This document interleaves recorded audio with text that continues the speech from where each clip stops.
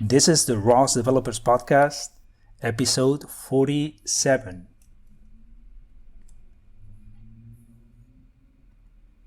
The ROS Developers Podcast, the ROS Developers.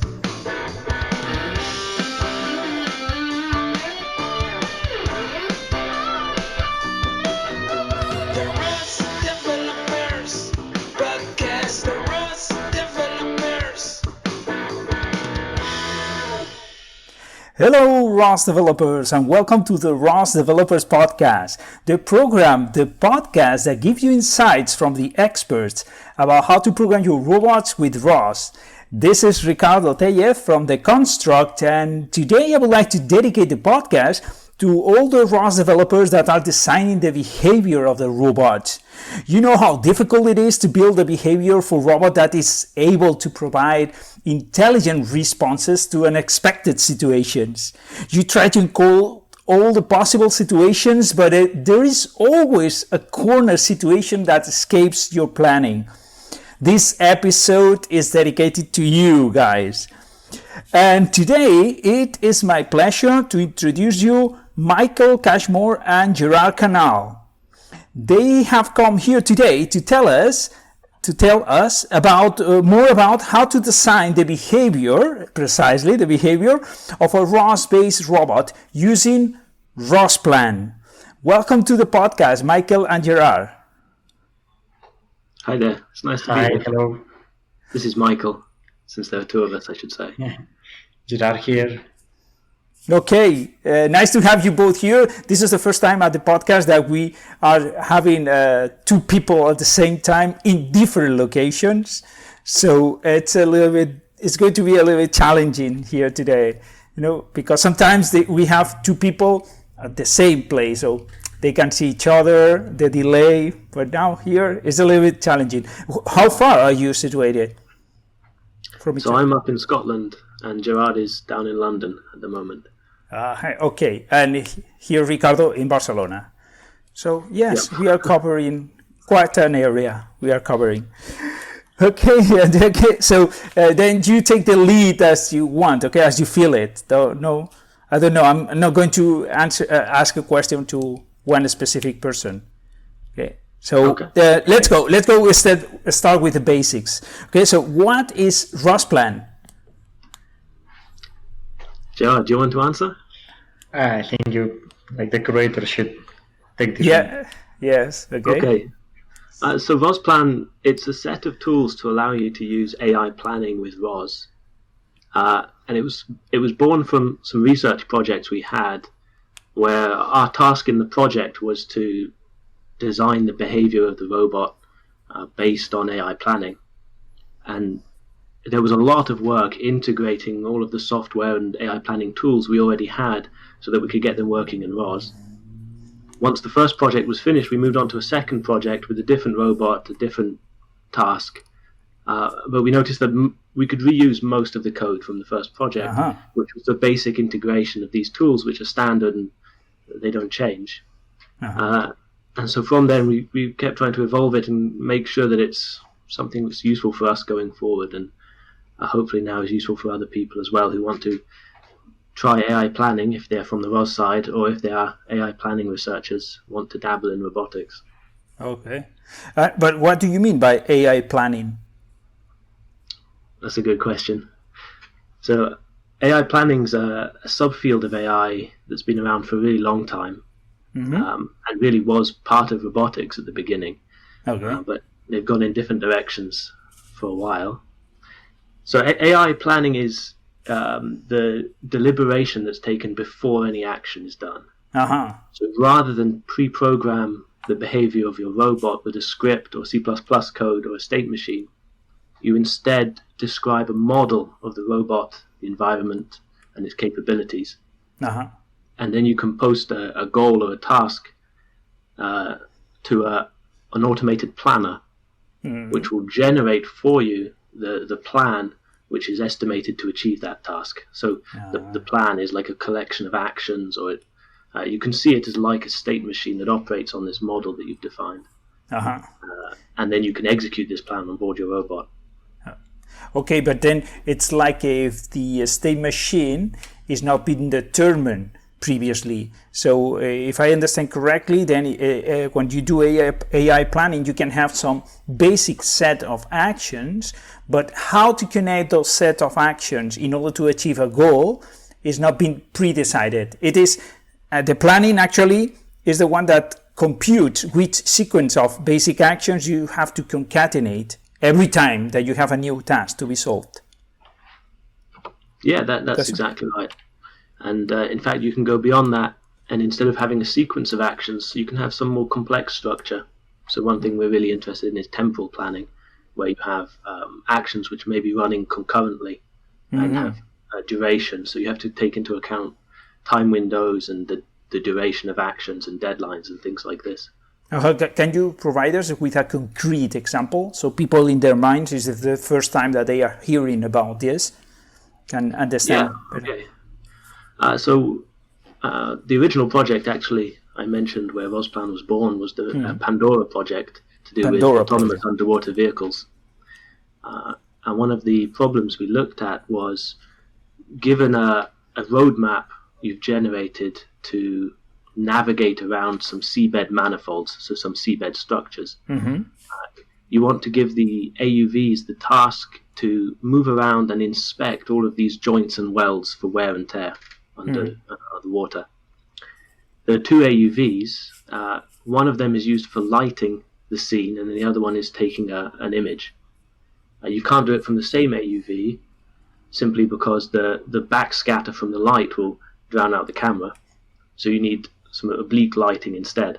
Okay. So the task is to navigate around and have one AUV shine the light on these joints and welds while the other one takes the picture during the period of time that the light is on. Okay. And so you have this temporal coordination between two robots, which it's planned for. Okay. Quite a complex example. Sorry. It's okay. So it means that so powerful is the system that you can use in those environments for coordinating this kind of tasks. So that's in that case, just for that particular case, was there a single plan for both robots, or was one plan for each robot, and in some way they communicate and coordinate? So for that particular case, we just had one plan, and we assumed that the robots could communicate. Already we were focused on other issues there. Okay, yeah, I understand. Just it was just curiosity from my side.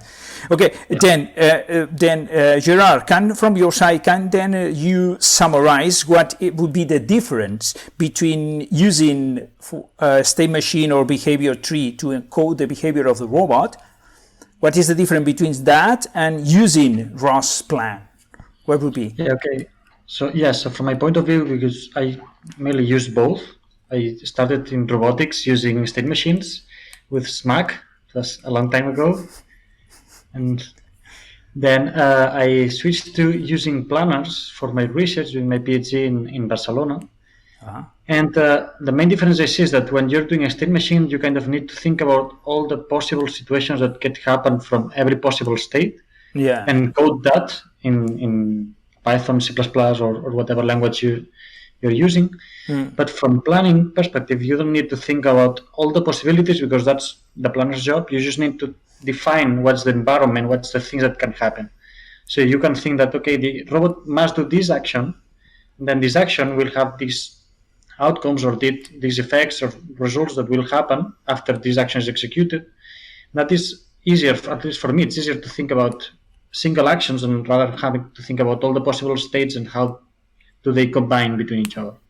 Okay. I think that's the main difference. Yeah. Makes perfect sense. Actually, what Gerard mentioned about using the state machines in SMAC for ROS. So we worked together on that project where we were participating at the RoboCup so many years ago, maybe 5 years ago or 6.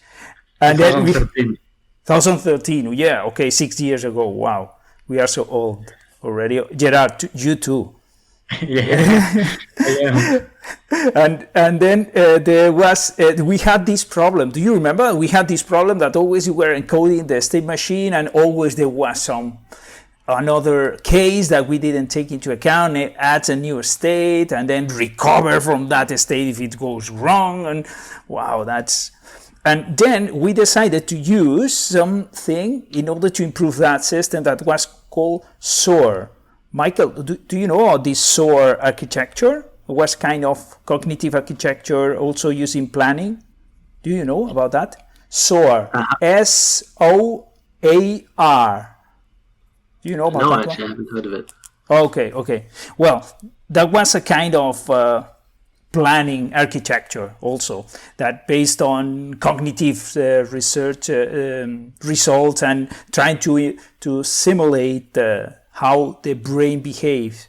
Instead of being a planner per se, the planning was generated based on cognitive resources that were available at a certain moment. And yeah, I don't remember very much. Even if we implemented that, I don't remember very much. There is a book, and I'm going to add this to the notes of the program, so in case that somebody is interested to learn more about that. Okay, and then another question. You have specified, Gerard, the differences between state machines and ROSplan, or the planners, let's say, or ROSplan in concrete. Then, however, I suspect that not in all the cases would be decided. So the best option to take ROSplan instead of a state machine. So in which cases would you recommend to use one or the other? Okay, that's a difficult question for me. Okay. So I guess it depends on how is the task at hand. Is that if the task can be modeled easily with state machines and connecting, like you don't have much states, it's easy to do it, then it will be probably easier to just code the state machine for that. But I have used planning even in simple tasks with 3 to 4 actions, and I found that there are some benefits on using planning. Just for instance, that I was doing some research on shoe fitting with a robot. What is that? Sorry? Shoe fitting. So we had a robot that was fitting a shoe to the user to help the people who cannot do it by themselves. Okay. And we had this kind of scenario in which we have not thought about the possibility of the shoe being not correctly fit, in the case that like the robot was releasing the shoe and then leaving, and then there was no the shoe was not correctly fit. So then we found that by using planning, as the planner was just computing new plans, so the state was now that the shoe was not fit because it was not correctly fit, but the robot didn't have the shoe in his hand. So the plan was you need to grasp the shoe. So the robot actually went to grasp the shoe from the foot of the user, which was something that we have not even designed or thought about or prepared. It was something that was obtained for free. So I think that even in cases in which like you don't have much actions and it could be easy to think about all the possibilities in a state machine, there are still some possibilities that you may have not thought. And the planner will just find a plan that can go from the current state to the goal state and fix that thing. Okay, yeah, so even if it looks like it's very simple task, more than the task, it would be the possible outcomes, the one that decides which it's one. These corner cases you mentioned at the very beginning. If you have a problem which can contain these kind of corner cases, it might be easier for you to describe the environment with the model for planning instead of describing the state machine. And another advantage is that if you can do this, then as Gerard was saying, the plan can be generated online. So if you reach one of these corner cases, you don't have to stop and reprogram the robot, but the planner can automatically generate the new plan while everything is still running and maybe even recover. Okay. Yeah, that sounds very cool, and much more interesting from the point of view of the roboticists, at least from my point of view, because I mean, just to create a table of all the options for me is very deceiving. And then in that case, it's like we are trying to implement real intelligence, let's say, because a table. I mean, there's always going to be the case, even with planning, that you reach a corner case that the model doesn't account for example. But there the advantage is, if you know how to use the modeling language, it's normally much easier to tweak the model, extend the model, than it is to go into the program for the robot and change the state machine. Yes. I think that this is closer to the way that we humans are improving our set of repertoire of actions in front of the wall. I think it's closer. So we are, instead of thinking of all the possibilities and creating a table for all the options, what we are doing is refining our own mental model and, of course, increasing our skills that can be used. But it's closer to the planning than to creating a table of all the options and all the possible responses, I think. And then sorry, go ahead. I was going to say, especially if you have this temporal aspect where you have concurrency between actions, and there you could have an exponential blow up of the number of states that the robot or the system can be in. Okay. Whereas in temporal planning, you have the exponential blow up for free, since you've already encoded separately these actions in the model. Oh, okay, that's a good point. That's a very good point. And then you mentioned about the language for modeling the plan. So what is this PDDL? What does it stand for, and what does it mean? So it stands for the Planning Domain Description Language. Okay. And it's one of the standard languages we use for describing planning problems. I think it's the most popular one. It's the one that's used in the international planning competition. Uh-huh. And there's a number of different versions of PDDL. So the original PDDL is a script-like language, which is propositional, it's deterministic, and there's no notion of time. The one we use most often is PDDL 2.1 or 2.2, which extends this to include real-valued numbers and durations for actions and temporal constraints. And then there's also PDDL 3, which includes trajectory constraints and preferences. PDDL Plus, which includes non-linear continuous processes and exogenous events. So, and then Gerard can also tell you a lot about the probabilistic variants of PDDL, of which there are a few. But one thing that's nice is that all of these versions of PDDL are, in a sense, backwards compatible. And ROSplan can understand and parse all of them, since we use the sort of standard parser for it. Okay, and how does it look, a plan, when it's being created with this PDDL language? It's like an XML file? So it depends on the planner. The standard output is as a list of actions, each action with a timestamp at which you expect it to begin execution, and an expected duration for the action. In order to actually execute this plan, we then would have to pass this into a structure which explicitly encodes what actions are going to be overlapping here. For example, what is the STN that's implicit in this set of durative actions, and pass this into ROS messages, which we can then send off to other parts of the system. Okay. So this is part of the integration that ROSplan does for you. Okay, then if I have correctly understood, then we have one thing that is the planning language, that is PDDL, but then there is something else that is the planner. Okay, the planner is the one that generates the plan in that language. Yes, that's right. And then so what about the planners? So who creates the planners? Is that like the planners that we can have, for example, in using when we are trying to make the trajectory of an armed robot, the trajectories of all the joints? Then we use planners there, probabilistic planners, etc. So is that the same kind of planner, or are we talking about something different? So I found when my background was in mathematics, and then AI planning, and robotics is relatively recent for me. Okay. Since 2013 as well. Mm-hmm. And I found that when you say planning at a robotics conference, it could mean one of four different things. Right? Yes. Yes. Actually, so navigation too. I would say task planning okay. is what I do, as opposed to path planning or grass planning or whatever. And there is a vibrant task planning community. We have a conference where new planners are implemented quite a lot. Most of the planners that you will find, and most of the planners that we use with ROSplan, are forward search planners. So they will perform a forward search through the state space to look for a trajectory of actions which will achieve the goal, and they will use some kind of heuristic to guide them. But there are many different kinds of search, there are many different kinds of heuristic even in that.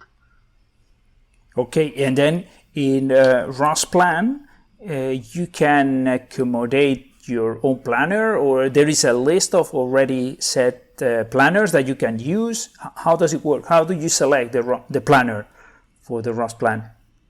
So we have a list of planners that you can use, which are easiest to use, I should say.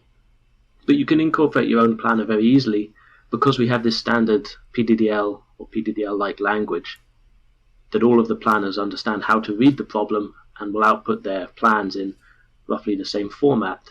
It's quite easy to use any planner you download or that you create for yourself. And then Gerard, you were Michael mentioned that you were doing some kind of probabilistic planners. Yes. Well, I have, that was my work from last fall. We integrated what are called stochastic planners or probabilistic planners, which are planners that are not deterministic, which means that every action may have different outcomes. Mm-hmm. So now actions may fail or may have other possibilities. For instance, if you grasp a class, it may happen that you grasp it or that you don't grasp it. Mm-hmm. And it can happen based on some probabilities that may be known. And if you fail to grasp the class, then some other things may need to happen. And that's why probabilistic planners appeared, and I think they're quite interesting to use in robotics. And what I did was to integrate them into ROSplan, mm-hmm. because the language for probabilistic planning is not PDDL, but PPDDL, which is probabilistic planning domain description language.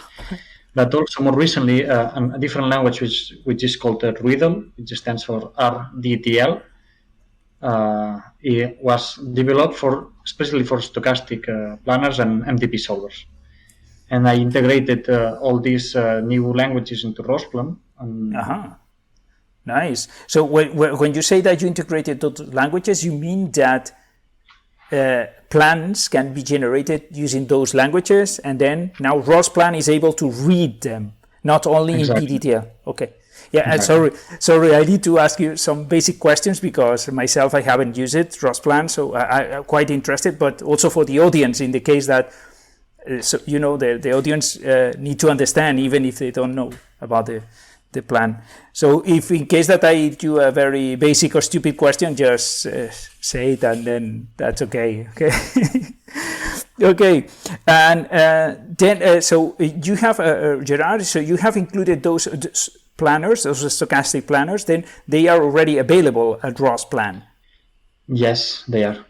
And so then how would it work if I want to, for example, I have a robot that I wanted to solve the cocktail party task that we know from the RoboCup.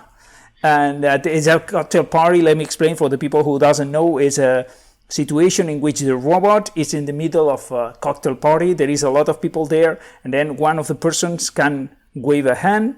Then the robot has to go there to that person and ask, what do you want to drink? Then the person says, hey, I want to drink a Coke. Then the robot has to go to the kitchen and find the Coke, grasp it, and then bring it back to that person on the party. So that would be the cocktail party. Let's imagine that I want to use ROSplan in this situation. So how can I start? So as a user of ROSplan, I have it already installed in my own computer. Okay, so first of all, the first thing to do would be to decide whether you would like to use a stochastic planner or a deterministic planner. Based on what? Based on which criteria? Well, I think that's a research question. Okay. Right now. It's not easy to say which is the best criteria. I think it mainly depends on the task, because both kind of plans has its advantages and disadvantages. I would say that if you know like all the outcomes that an action may have and all the probabilities that may be involved, and you are certain about them, then you would be good to go with a stochastic planner. If you don't know and you are fine with just having your plan failing and then replanning from the current state, then you're good to go with a deterministic plan. Yeah, we have a concept called whether or not a problem is probabilistically interesting, which is to say that all robotics problems are actually probabilistic problems. There's always non-determinism in every action, especially in the duration of actions. But a lot of the time it's not interesting probabilistic or interesting non-determinism, by which we mean if something bad happens and the plan fails, we can just replan and eventually we will succeed. If the robot can damage itself, damage something else, and get into some dead-end state from which it can't recover, then it's important that you think about risk and what are the less certain outcomes of an action. Okay, in those cases, then you would suggest not to use a probabilistic approach planner. So I would suggest if it's a probabilistically interesting problem, then it's worth using a probabilistic planner. Okay. And even then, Gerard says you need to understand what are the probabilities in your problem. Okay. Okay. So I understood the other way around. Yeah. Okay. Okay. Great. Then. Okay. I will come back to the cocktail party afterwards because I think it's not completely answered. But before that, I think that we need to define what are the different parts that you have in ROSplan. So in your description of ROSplan, you indicate that ROSplan has a variety of nodes which encapsulate planning, problem generation, and plan execution. The question is, what are those different steps or nodes in charge of? Encapsulate planning, problem generation, and plan execution. Okay. Maybe I can start by just motivating why we have so many different nodes for different functions. Because primarily we made ROSplan for us to use on our research projects, we found that we wanted to use planning in different ways depending on what the project called for. So, for example, sometimes we just want to generate a plan which will control a robot, and then replan if something goes wrong and continually use this to control the robot. But that's just one use case. Another use case might be mixed initiative planning, where there's a human sitting at a PC generating a plan using the planner and then also providing some input to it. So some human robot teaming, some explainable AI is also in there. Other times we want to generate plans on board the robot but not execute them, but instead merge them into another plan or compare them to another plan and choose which plan to take. So we are calling the planner many times, we're generating many different problems that we are solving with the planner, but we are connecting these components together in different ways. So we decided to make it as modular as possible and try to figure out what are the essential smallest pieces of integration that we need to do so that we can reuse everything every time. Okay. And this is where the current list of nodes comes from. It's probably not perfect. So we have one node whose purpose it is to generate the PDDL problem. And I didn't really describe this aspect of PDDL before, so I should now. When you write your model, the key part of that is writing the domain model. This describes what are the capabilities of the robot, what are the aspects of the environment that are part of the model, and what's all the internal aspects of the robot that are part of the model. As well as the domain, which is what that's called, we have the PDDL problem, which just specifies what is the current state of the world, what objects are in the world now, and what's the goal. So just to give you an example, you might say that my domain includes the types, waypoint, and AUV. Not any specific waypoints of AUV, but you can have waypoints and AUV in my problems. And the actions can be from moving from waypoint to waypoint, and it has these kind of effects. But in a first-order logic, you would specify this. And then in the problem, you then say, okay, now we have some concrete objects. We have 30 waypoints with these positions. We have 3 AUVs with these names. And from this, you now can start creating actions like AUV1 should move from waypoint 2 to waypoint 10. Okay. And the goal is to get all of the AUVs to waypoint 10, and that would be part of the problem instance. Uh-huh. So in ROSplan, because we want to replan online, you have to be able to generate your problems online, because they have to represent the current state. Okay. So when you're generating, you need to know what is the initial state from which you are trying to reach the goal. So we have one node which does this. Okay. We have a second node which then calls the planner, and that's all it does. It calls the planner with the input of the problem and the domain, and the output of that node is the plan. Okay. Okay. Then if I have correctly understood, then you have a node that is the one that is actually specifying the problem that you want to solve based on the task that you need to solve, the constraints that you have, the robots that you have, and the actions that those robots can perform. So by providing this to the first node, it will compute in PDDL and a specification of the problem to solve. And then you provide this into the second node that is actually the planner that takes this as an input and then generates the plan. Is that correct? That would be the second node. Yeah. That is the node that is the plan. It's not the, it's the planning node. It's the planning node. It's the Yes. planning node. And then And you it's not sorry. vital that you connect them this way. A lot of the time, you just want to generate problems. For example, most of our benchmark sets I now generate using ROSplan because it's so easy just to generate many problems with many But different initial what is the states. purpose of generating problem? Sorry. So for me, it's to generate benchmark sets for which I can use for experiments later. Okay, so I don't get it. Can you give me a concrete example? Sure. Something we did recently is to perform some machine learning prediction on problems. Because the robot can't see everything at once, there are parts of the state that it can't see. Okay. We were interested in seeing is if you can use what the robot has observed now and in the past as training data to predict what it hasn't seen yet. So, for example, it's been through 4 rooms and it's seen only red cubes. It can predict that there might be red cubes in the 5th room. That's just an example. Okay. So we had a program which did this kind of prediction, but we wanted to test it. So in order to test it, we needed to have many problem files. We didn't care about plans at this stage because we just wanted to run prediction on the initial states. I see. And normally I would write a script for this by hand to generate problem files, or I would look for some benchmark online, but because we have ROSplan, we were able to generate and save I see. as we want. And then you can use this in order to see if your predictor is correct or not.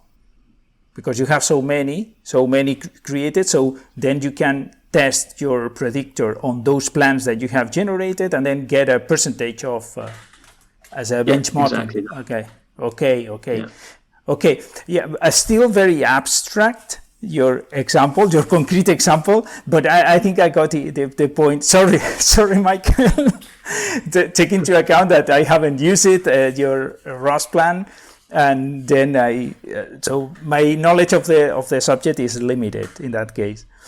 And So then one of the aspects of it that is hard to understand is that it's not a single system you use to control a robot. Because it is made up of these different components, you can put them together in different ways. You can actually build different system architectures to control the robot that use planning. So, I mean, for example, we said before that the first node is this problem generation, which will generate your PDDL problem instance. And the second node is the planning node, and you feed the problem into the planning node to generate your plan. But a different architecture would have the problem feed into this predictor first. You perform prediction on the problem, which will output a second problem, that then you give this to the planner. I see. So you work on the prediction. You are working on the prediction, so it's kind of a meta planning, I would say. Yeah. So we work on a lot of different things in KCL at the moment. and what we need is a very flexible set of tools that we can put together to experiment with whatever we're working on for the moment. So whether it be prediction like this, or for human AI teaming, if we want some human robot collaboration, or if we want to do some plan merging, or we have the strategic tactical planning project now starting. This is at KCL you mentioned. Sorry, can you tell us what is KCL for the audience? Gerard, you want to? Now you're there. KCL is King's College London. It's a university in London. Okay. Which we're working in this kind of planning and ROSplan and robotics also applied. Okay. Yeah. The KCL is the main institution behind the ROSplan. Yeah, that's right. Yeah. Okay. Specifically, we're part of the Human Autonomy Teaming Lab there. Can you remember the URL? It's actually quite new. Yeah, it was human-ai-teaming.com, I believe. Okay. But we can send it to you later. Yes. So I will put beneath the link of on the list of links for this podcast, so people can refer to it. And okay, so now that is clear, but still we are missing about the plan execution node. So that one, it's about what? Gerard? Okay, so well, basically, once we have a plan, we just have a list of actions that need to be executed. Mm-hmm. But then, in order to have the robot doing something, we actually need to execute those actions. Yeah, okay. But the thing is that there are different things to consider when executing these actions. Mm-hmm. One is that as we have defined the domain, each action has some preconditions. So before executing an action, we need to check that this precondition hold. So this is done also by this plan execution system.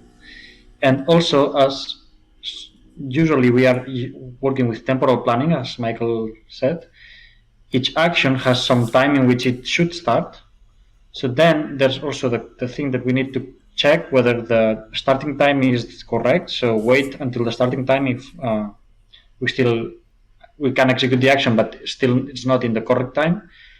Or if we're late on the execution, then we should check why we are late and we can do something about it. And I don't know if Michael wants to add something here. Do I? So I gave Gerard the task of describing the most complex of the components of ROSplan. So plan execution is a research topic in itself, and there is many different algorithms for how do you execute a plan. There's probably as many algorithms for executing plans as there are for generating plans, in fact. Wow. And this is, there's something that we are still not great at, but again, one of the benefits of having this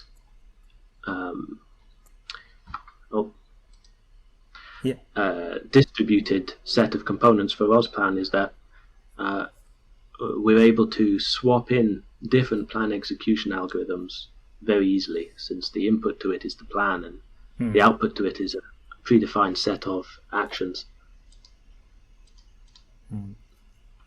Okay, does that mean that are you still there with us, Michael? So I was just changing a setting somewhere. Okay.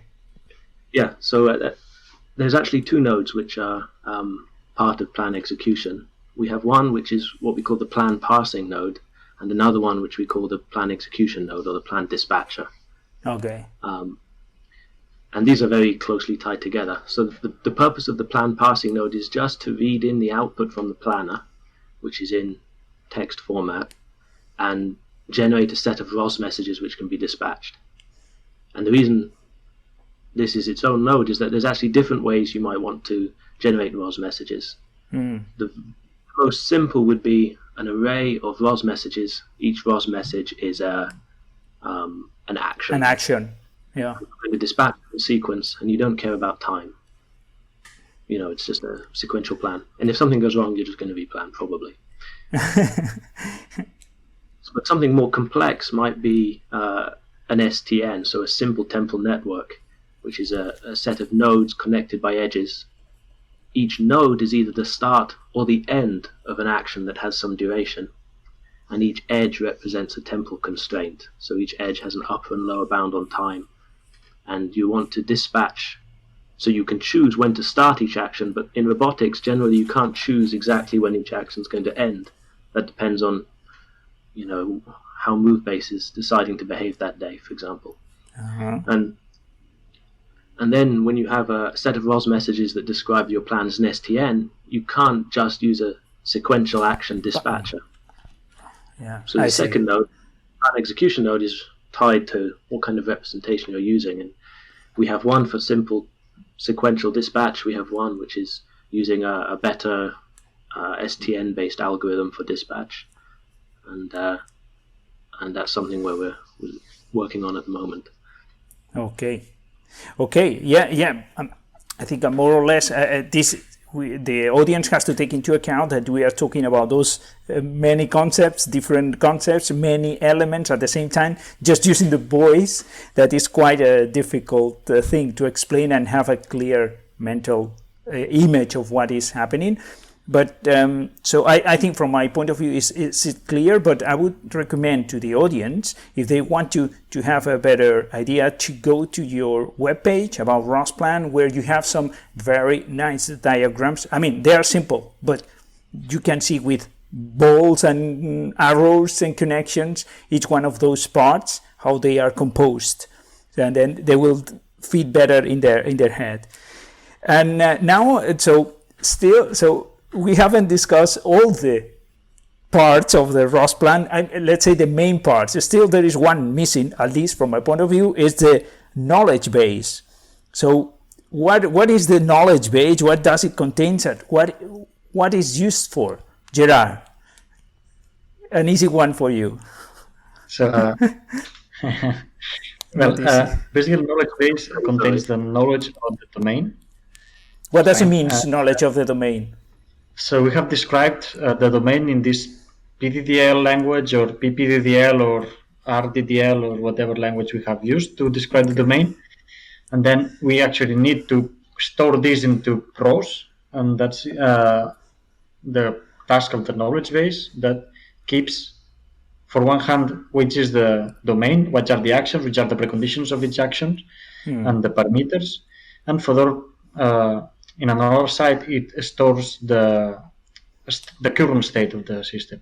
So it has I'm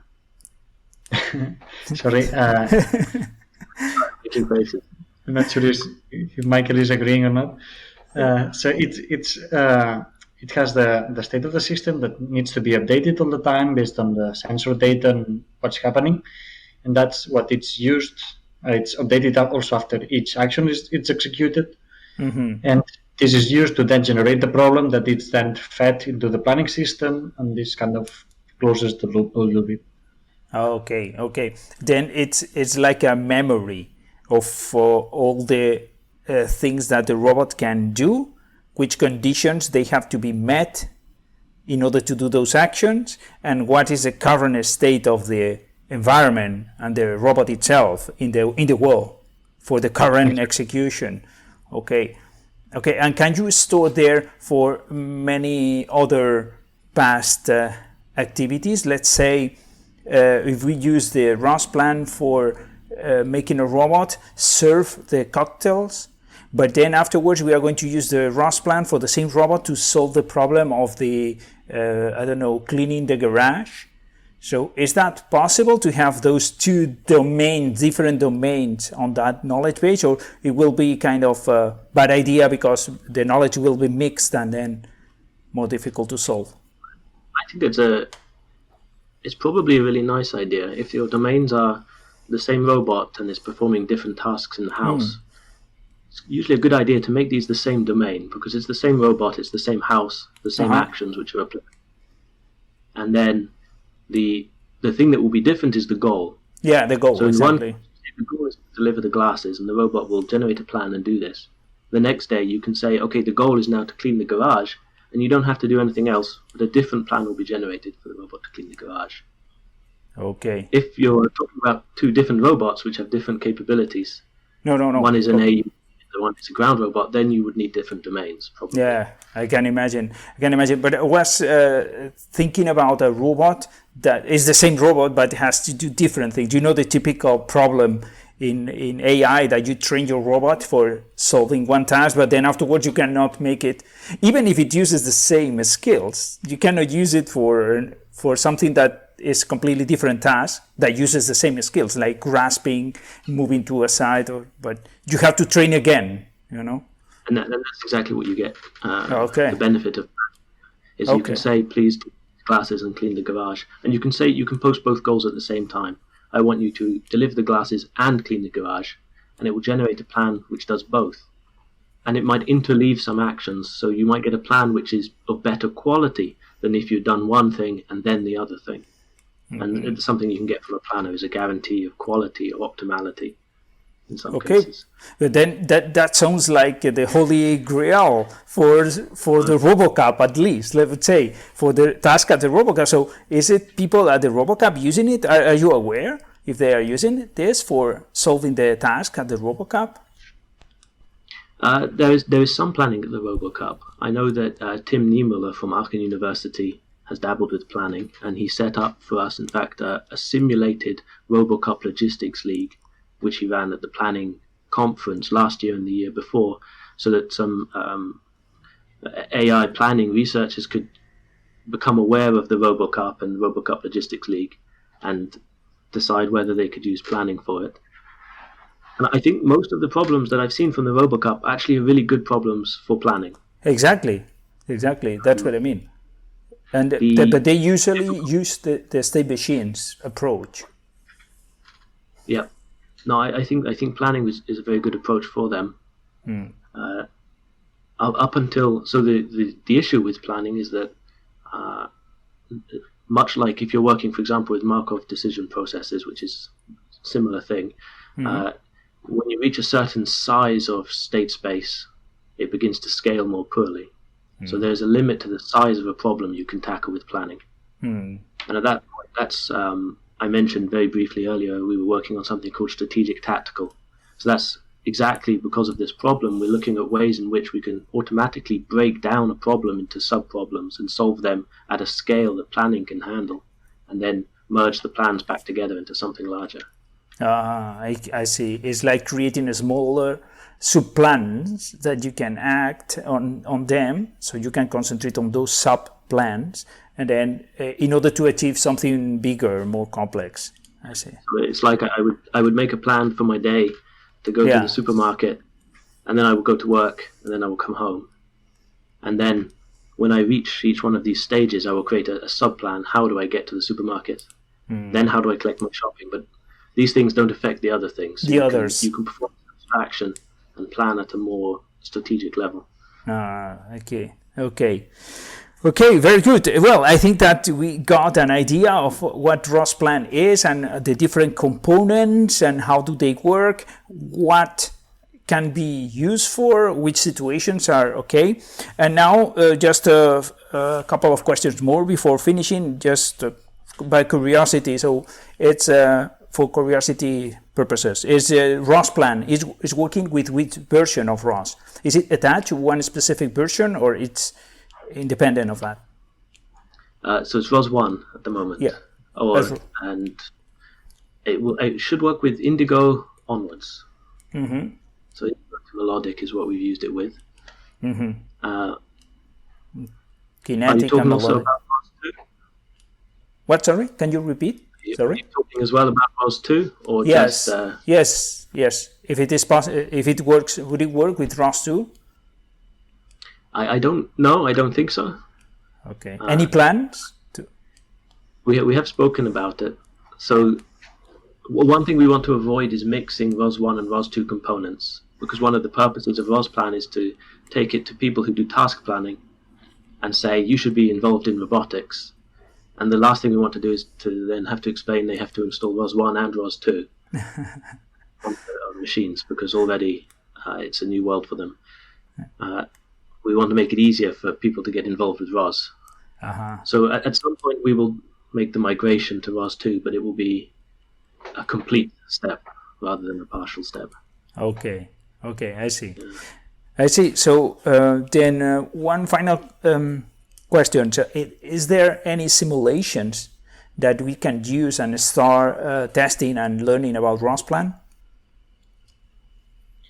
Yes. So, well, right now there are some tutorials on the webpage that are to use with a turtlebot simulation, Okay. which the robot just goes to different waypoints, and you can learn how the planning works and how the different components are connected and a use case of the application.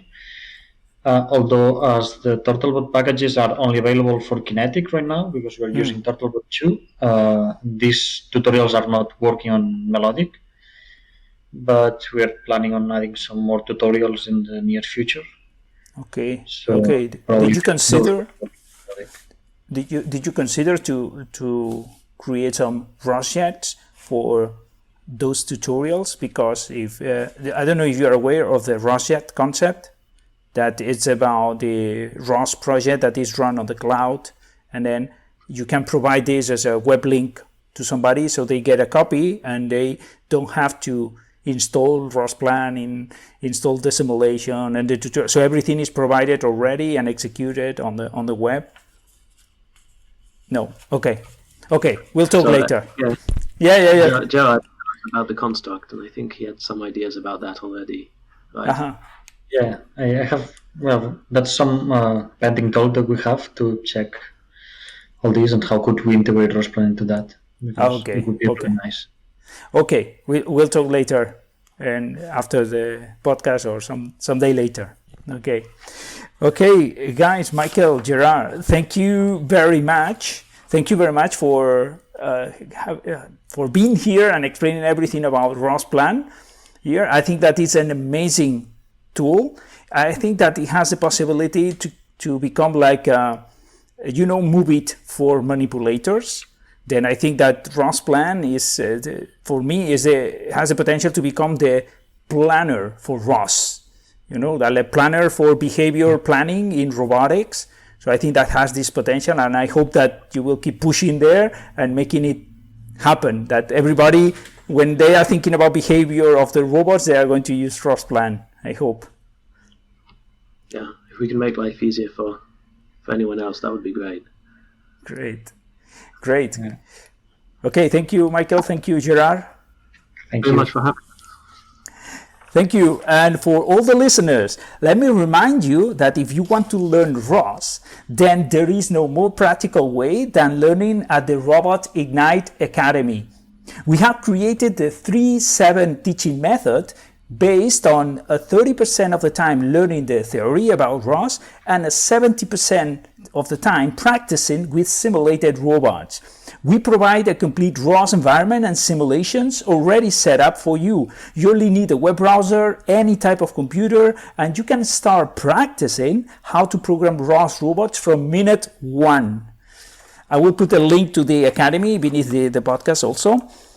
And that is all for today, guys. ROS developers there. See you next week with a new lesson from the experts. And until then, keep pushing your ROS learning.